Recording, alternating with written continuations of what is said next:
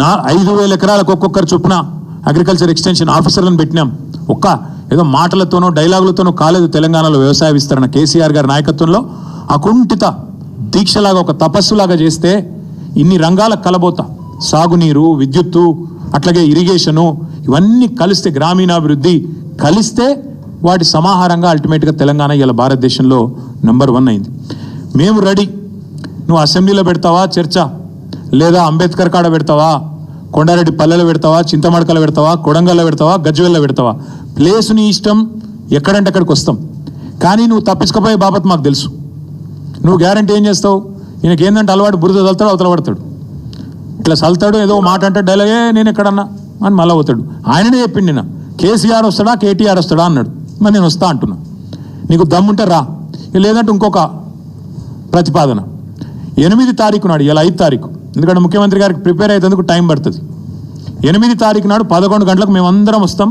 Somajiguda press club రా, నీకు ఒక కృతి చేసి పెడతాం. నీ కార్యకర్తలతో సహా వస్తావా, నీ ఎమ్మెల్యేలతో సహా వస్తావా, వాళ్ళు ఎంతమంది వస్తారో చెప్తే వాళ్ళకు కూడా ఇంతజాం చేస్తాం. చాయ్ బిస్కెట్ కూడా మా సోమాజిగూడ ప్రెస్ సోదరులను అడిగి అది కూడా ఏర్పాటు చేస్తాం. సోమాజిగూడలో ప్రెస్ క్లబ్లో 11 గంటలకు 8 తారీఖు నాడు నేను రెడీగా ఉంటా. నువ్వు వస్తావా రావా నీ ఇష్టం. నువ్వే ఛాలెంజ్ ఇస్తున్నావు, రావాలని కోరుతున్నా. వస్తే సంతోషం, మీడియా ముందే చర్చిద్దాం. నీళ్ళకు నీళ్ళు, పాలకు పాలు. ఇంకొక మాట కూడా నేను చెప్తా ఉన్నా, ఇవాళ మా రైతన్నలు కూడా వినాలని చెప్పి కూడా కోరుతా ఉన్నా. వాస్తవం ఏంది, ఈరోజు సిగ్గు లేకుండా ఈ ముఖ్యమంత్రి రైతు బంద్ వేసినా పండుగ చేసుకోండి అంటుండు. మొన్ననే మా ప్రశాంత్ రెడ్డి గారు, జగదీష్ రెడ్డి గారు ఇక్కడ చెప్పినారు.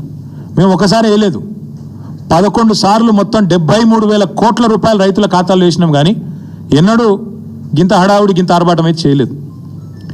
ఒక్కసారి వేసి 4 పంటలకు గాను ఒక్క పంటకేసి దానికే పండుగ చేసుకోకండి అంటున్నాడు. వాస్తవం ఏంది అసలు?